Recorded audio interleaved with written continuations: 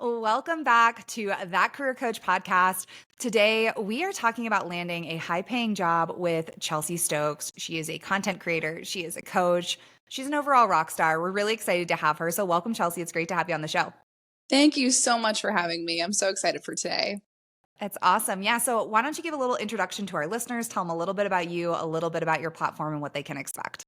For sure. So I am a former burnt out recruiter turned career coach. I Love it. worked in recruiting for several years and learned a ton, but was completely misaligned in my career and just got totally burnt out. So I made a hard career pivot into working as an active travel guide for several years, which Oh, gave me fun. the space and time to be able to build my career coaching business. And now for the last almost 4 years, I've been working as a career coach to help mid to senior level women upgrade their careers, mindsets, and lifestyles. I have a big focus on mindset and manifestation and been able to help hundreds of people at this point. So, yeah, that's kind of where I am today.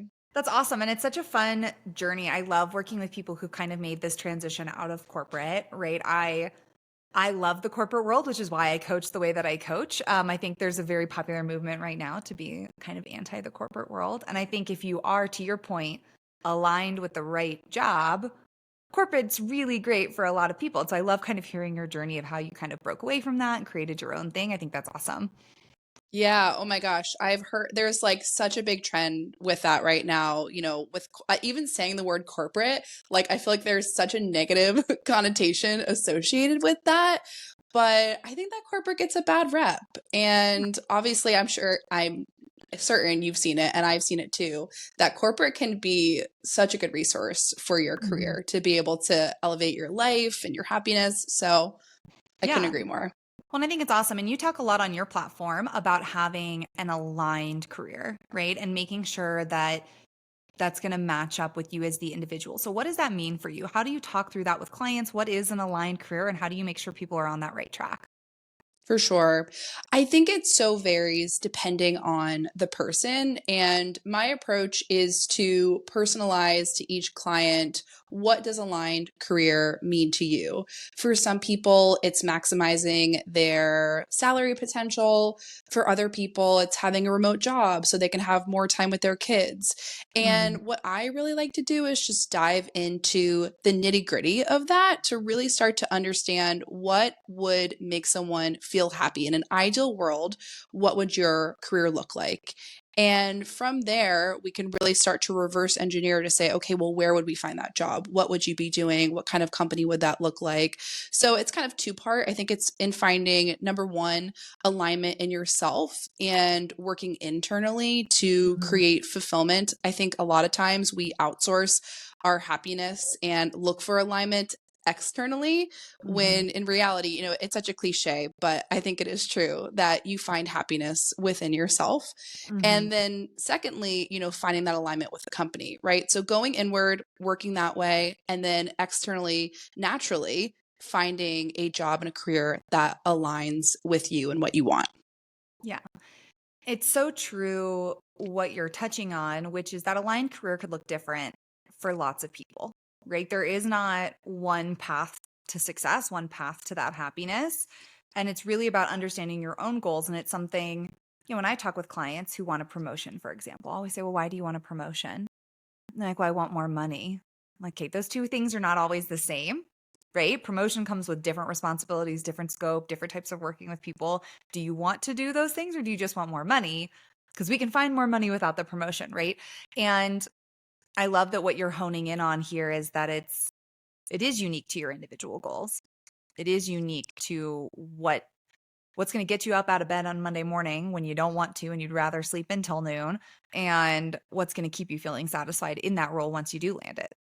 Totally. And I think there's two sides to that, right? Like, number one, I think we live in this capitalistic society, which is, I think, one of the reasons why corporate has gotten a bad rep because some companies, I think, have fallen into that toxic Mhm. capitalist state.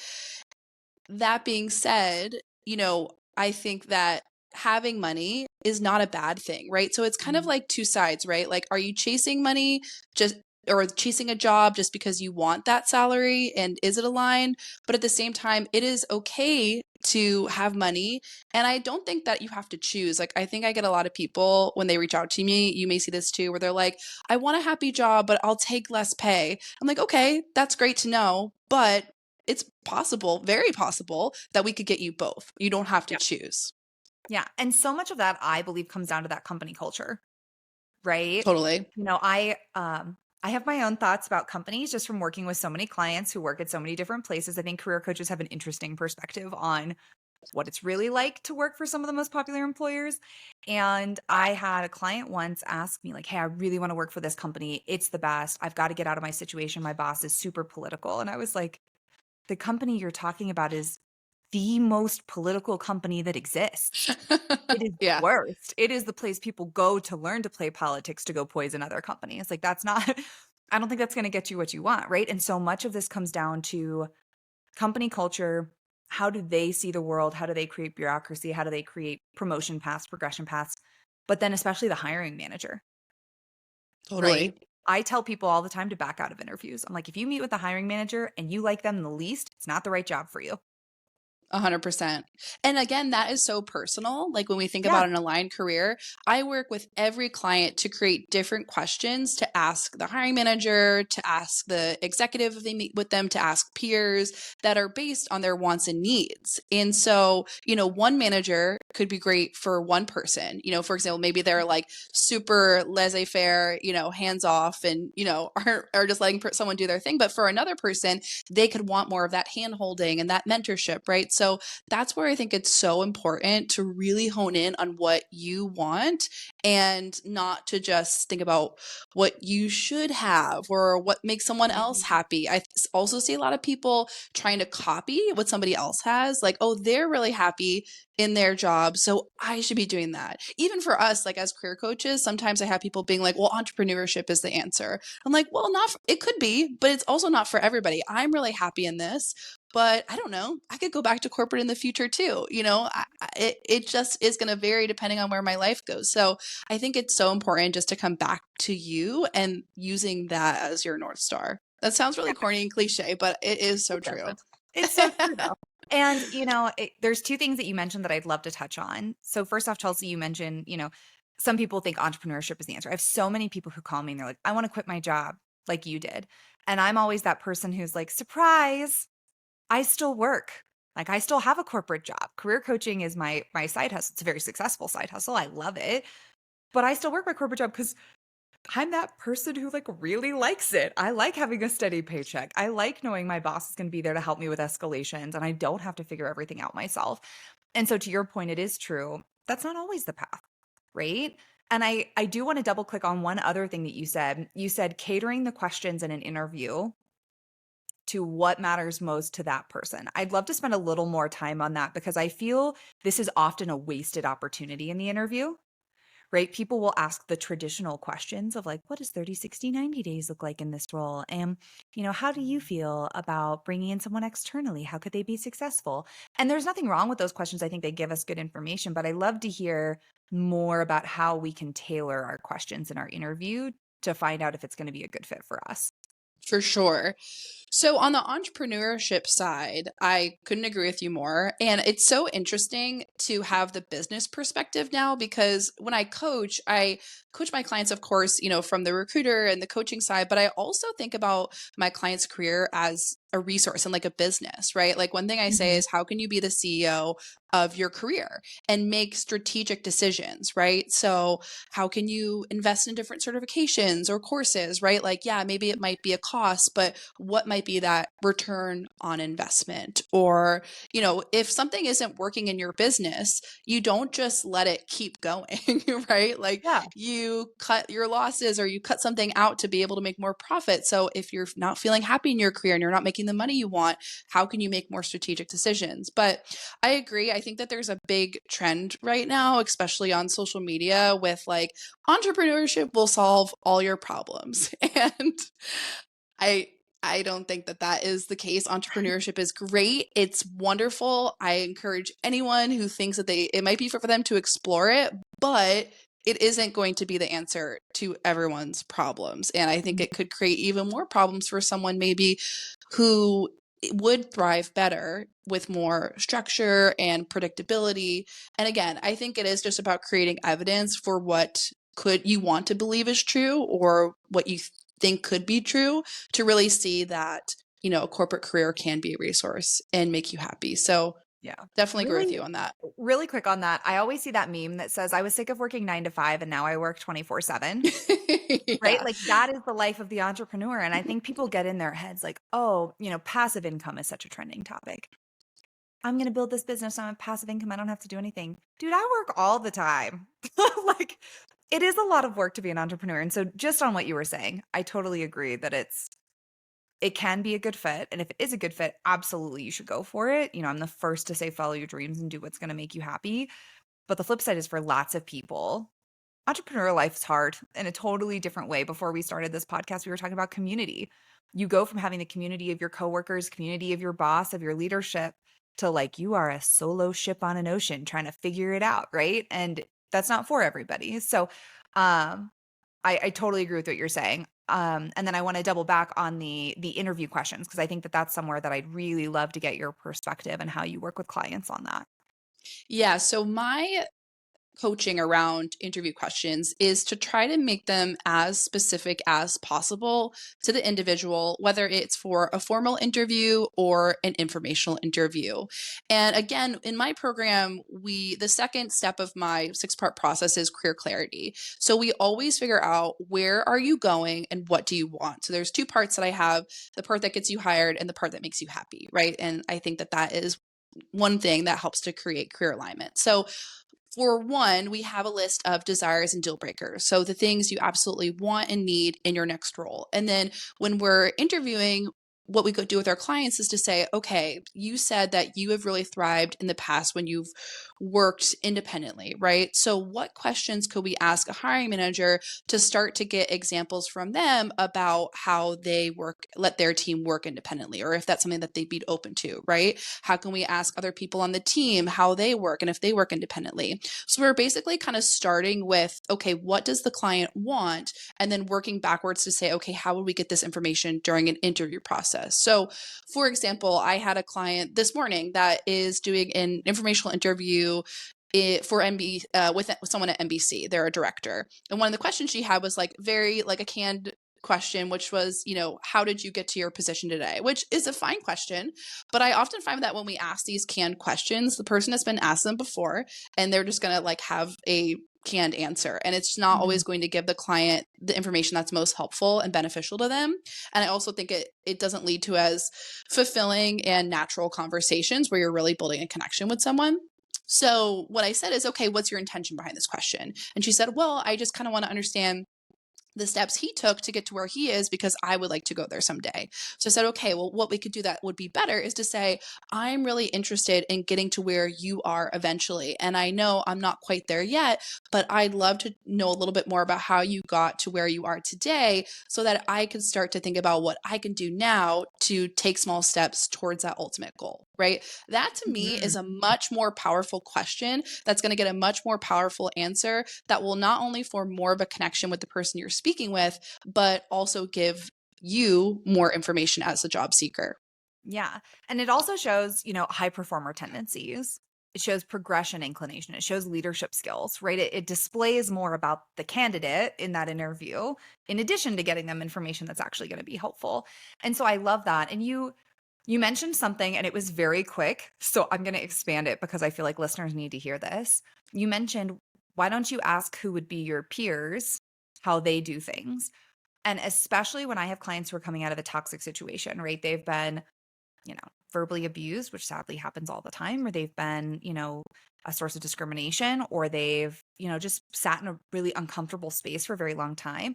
I will always say you should ask the recruiter if you can interview one of the peers on the team, right? It's great to like the hiring manager. Like I mentioned earlier, I think it's one of the most important things, but very rarely is a company going to say, no, you can't meet anyone else.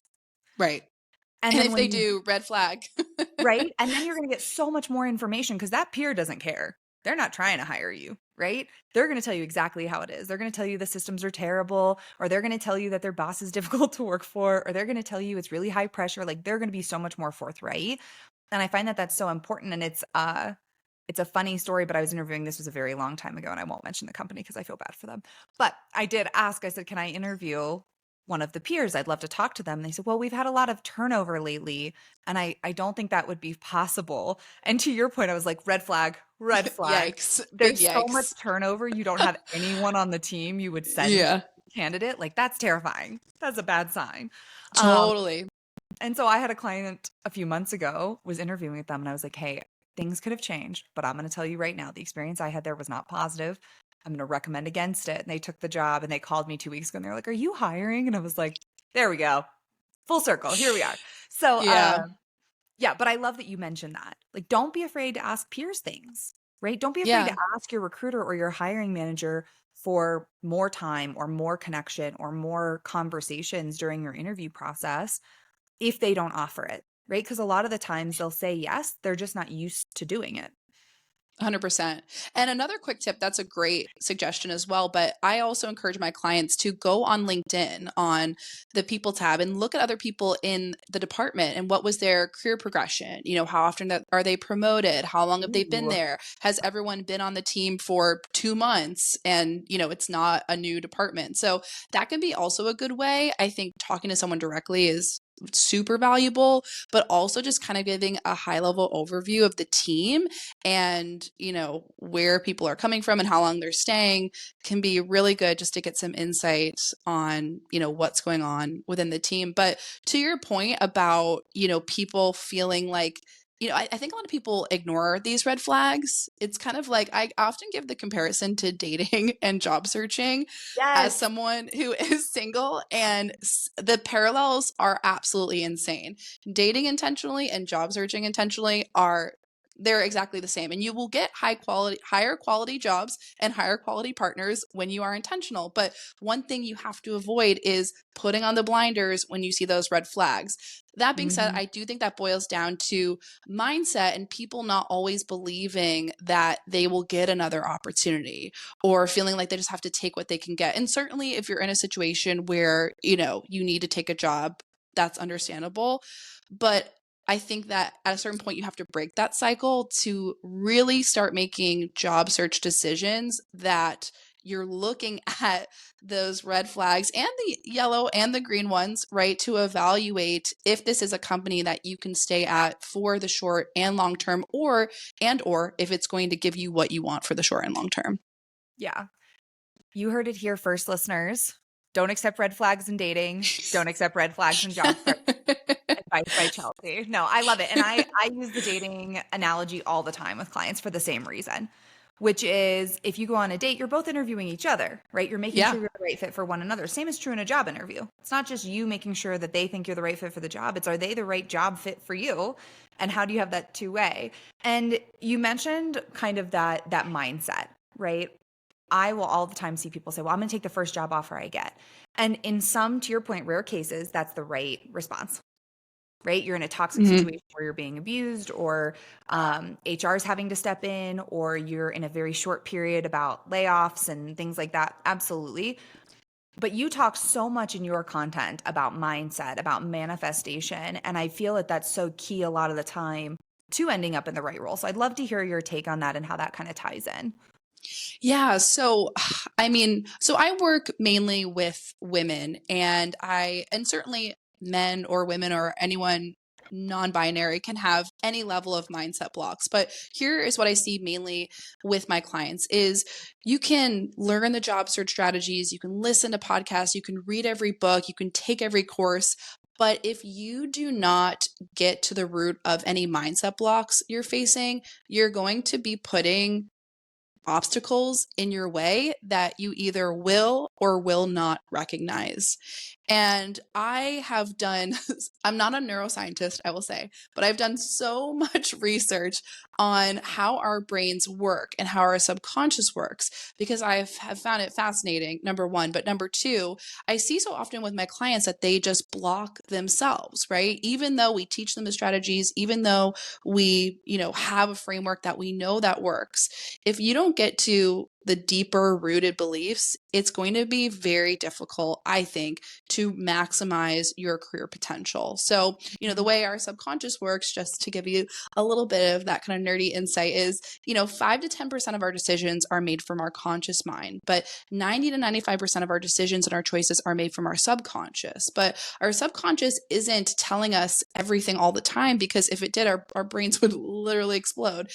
Our subconscious houses, our breathing, our heart rate, our long-term thoughts, our emotions. And so it only tells the conscious mind what it needs to know to be able to survive and, make decisions. So you might be like looking at a job and saying, oh, I think I want to apply for this, but no, actually it's not the right fit. But deep down, you have a belief that maybe you're not qualified for that, or maybe you're not deserving, or, oh God, what would happen if I actually got that job and I'd have to show up? Would I be able to do it? Right. But you aren't aware of those beliefs, so you don't know that that's blocking you. So Mhm. I know that's a long answer to your question, but No, I love it. ultimately, TLDR, mindset, I think, is the secret sauce that allows you to implement strategies that will allow you to up level your career and maximize your career and life potential. I think everything that you just shared is so great. It's interesting, Chelsea, because I work more with clients on the flip side of, hey, I've gotten the job. Now I have imposter syndrome, or I feel like I can't do it, or I feel like I'm not capable. And to your point, it's all these subconscious thoughts that they have that they've built up. Or clients will come to me all the time. I'm afraid to do presentations. I'm afraid to talk about my work. It's like, but why? What's leading to this? So, what tips do you have for people who they feel themselves holding themselves? That was too much. Feel themselves holding themselves? That's just, anyway, you get it. Back. They feel themselves holding back. That's what we're going to go with. And they know that they're capable of more, but they don't know how to go for it. What are some ways that they can kind of understand what's happening in that subconscious, that they can get familiar with those concepts and overcome them? Totally. Yeah. So I think the first step, and this may sound oversimplified, but I really do find that this helps people a ton, is to just start to become aware of your thoughts. Mm. Because what I find is that we're pattern seeking animals. We run the same programs every day. 90% of our thoughts are repeated from the day before, right? We have that's why it's hard to build new habits, because we like to just stay and our patterns and our cycles, and our brains love predictability. Our brains love knowing what's next, even if that's something that doesn't serve us. So what I often find with clients is there's certain language they're using or thoughts that are happening that they don't even realize are not serving them, because they've just been rotating around in their head on repeat for such a long time. So what I encourage my clients to do, just as a first step, is to start to cultivate awareness. Just spend a week and just notice your thoughts. What are you kind of thinking about when it comes to your career or your job search? Are you noticing any negative thoughts or thoughts that don't serve you? Are you hearing other things externally from other people, but that doesn't really align with how you feel internally? And just really starting to notice, because that first step is like peeling back the first layer of the onion. You start to notice one thing, and then, maybe a couple of days later, you're like, oh, actually, that reminds me of, this past experience that I had that was super negative and is connected to that thought. And then you peel back that layer, and oh, actually, I remember when I was a kid and I got rejected from the volleyball team, and that really hurt. And you just start to like slowly peel that back.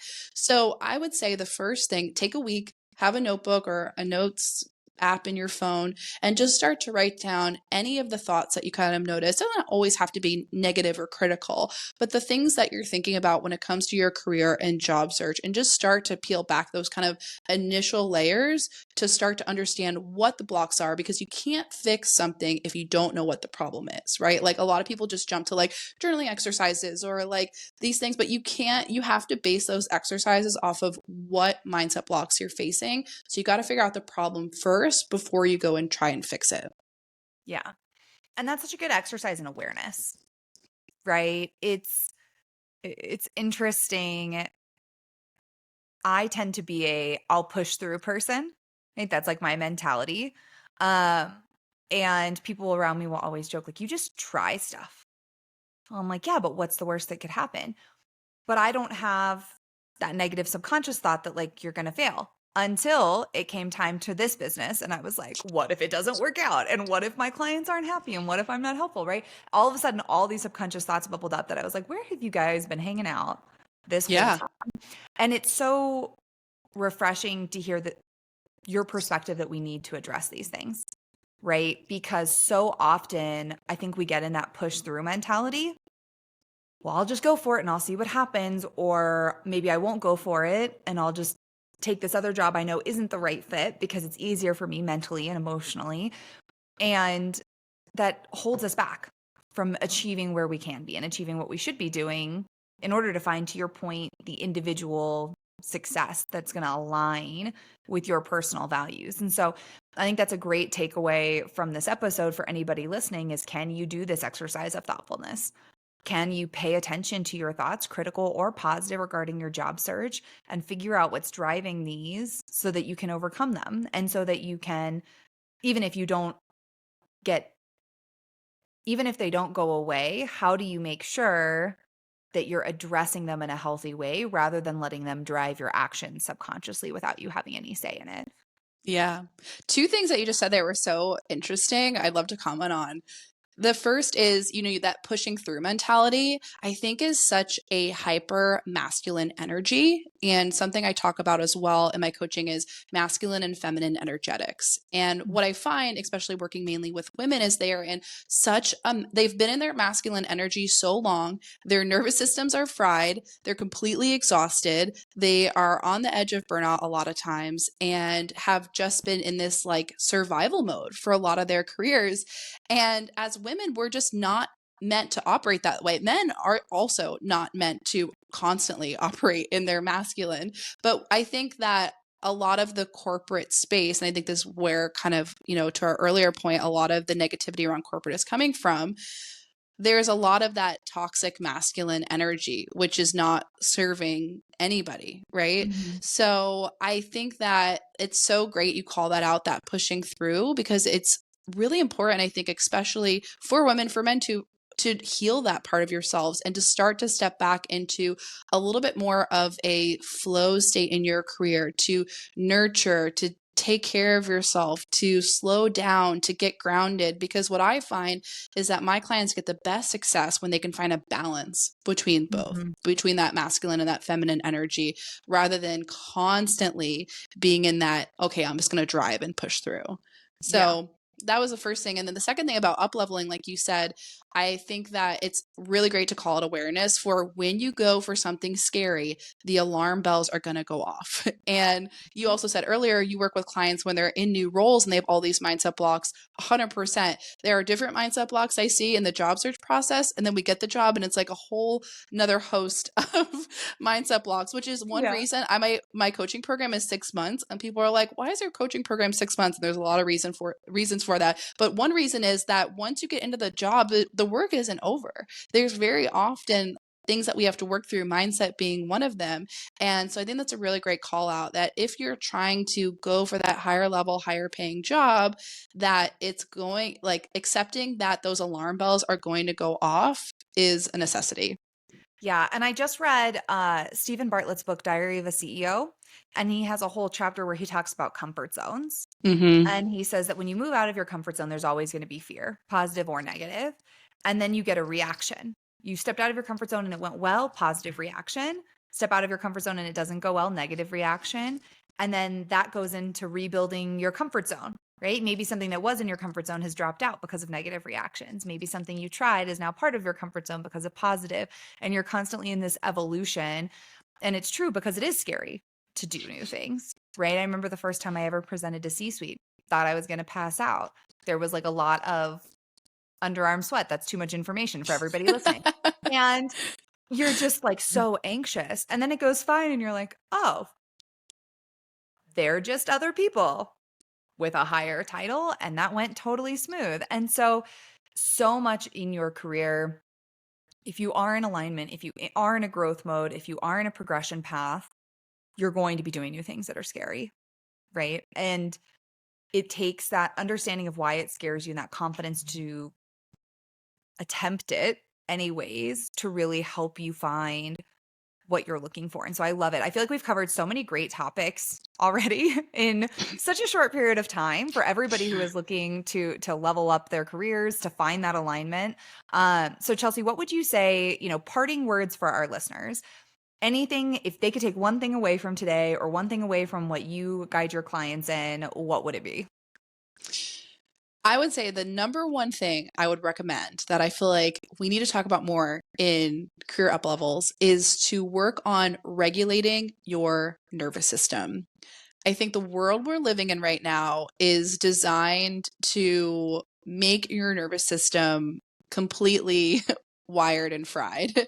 And that is, if you're working with a dysregulated nervous system, it's really difficult to be able to put in the energy and the time and the focus into your job search. So there's so many tools for nervous system regulation, but even just a quick Google search, it can be as simple as getting into nature, doing 5 minutes of meditation, to cold therapy, whatever it might be. This is something that I think a lot of job seekers who want to keep progressing in their careers need to focus on at this time in the world and on earth, because there's a lot going on. There's a lot in the news right now. And I think people are trying to juggle everything and trying to, have their attention pulled in 15 different directions. And it's just not reasonable. When you can calm your nervous system and get to that more regulated state, you're able to make more coherent career decisions. You're able to think more clearly. You're able to act more efficiently, because literally, if your body's in a dysregulated state, the blood in your body is going to like your arms to fight and your legs to run. It's going away from your brain because it feels like there's a threat, because there's so many things that trigger our nervous systems into feeling that there's a threat.